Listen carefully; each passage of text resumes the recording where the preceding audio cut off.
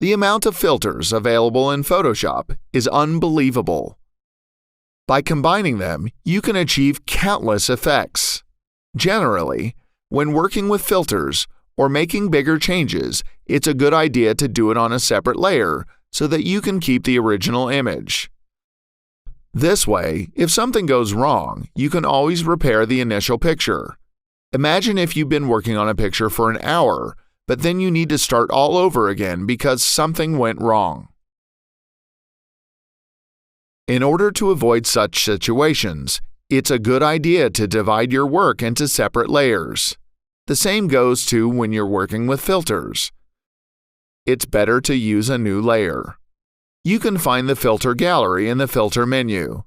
There, you will find the options for every filter and control them.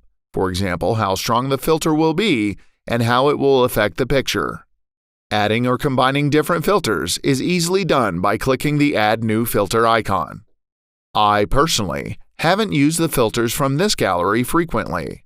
In my opinion, Photoshop offers a lot more interesting and useful filters, which we'll discuss in the next video.